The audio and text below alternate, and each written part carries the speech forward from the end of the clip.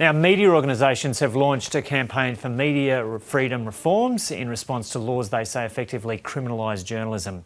Major daily newspapers and websites are displaying heavily redacted front pages as part of the campaign to highlight the impact of dozens of laws related to secrecy and spying. A TV ad has also been made. The media cannot investigate cover-ups and keep the government honest if it says you're not allowed to know. Couldn't happen in Australia? It's happening now. When the government hides the truth from you, what are they covering up? And One Nation leader Pauline Hanson has backed calls for greater press freedom despite saying she's been wrongly targeted by the media throughout her political career. I think it's very important that we do have people, if they're doing the wrong, if they're in government departments, they are politicians, they are bureaucrats, must be answerable to the people. If we don't, we will become a country like China, that you have the thought police watching everything that you do and say. The case was with Boyd, who was with the taxation department, who actually whistle-blew on them. He's now facing possibly up to 167 years in prison for whistleblowing, and he was right in doing so. But we've got to be very careful who we define as being a journalist. People who write a book could be classified as a journalist, or those people that blog on Facebook or anywhere else.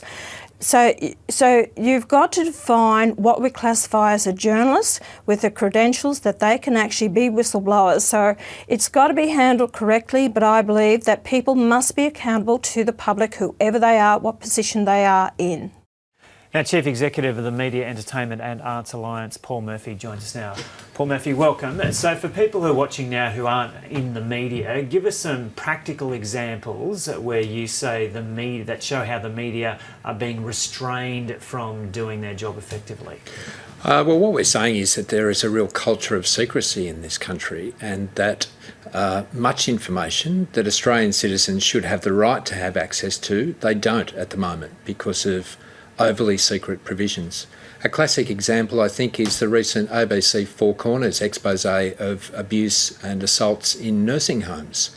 Australians should have the right to know where those assaults are taking place.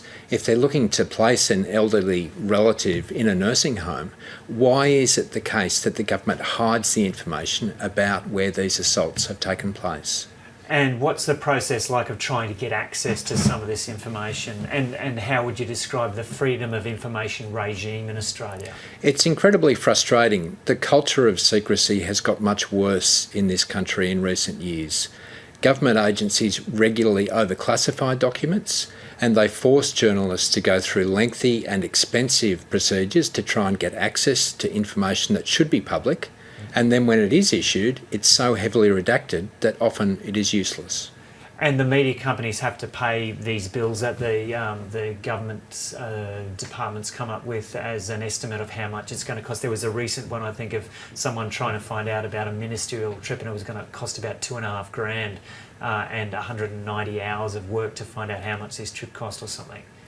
That's right. That's an example of a tactic that government agencies regularly use. They completely overestimate the hours it would take to process, and then they put a massive price on access to that information. And when you see those kind of examples, how would you describe the system as it's working now? It's not working. It's not working in the interest of the public. Australians elect governments. They have a right to have access to information about what those governments are doing in their name. And just with that example, would it be fair enough to describe it as farcical at the moment? Farcical, Orwellian. I mean, there's probably a number of terms you could come up with, but it is simply not working in favour of the public. Yeah. And so you've got requests on a range of fronts here for the government to institute reforms to make journalists' job easier, or make it possible for journalists to effectively do their jobs. Is one of the keys defining what is in the public interest? When a journalist is able to use a public interest defence and not be prosecuted? Well, one of the problems with the current legislation, I mean, we've had 75 separate pieces of national security legislation go through our parliament since 2001, which is extraordinary. It's the highest figure in the world. And it creates a range of new potential criminal offences for those who reveal information and those who publish information. At the moment, the defences that are available are weak, and they're also the wrong way around. What we say is there should be a presumption that there is a public interest in having access to information, and only if that public interest can be shown to have been overridden should it be prevented from being published. At the moment, the assumption in legislation is when something is published, there has been an offence, and then a very limited defence is provided. What do you make of Scott Morrison's statements around this, that there can be no question about this government's commitment to press freedom?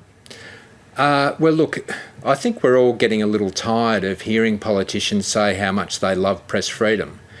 Words are cheap, actions are what count, and there have been no actions from this government to address the very serious legislative flaws that media organisations have repeatedly drawn to their attention.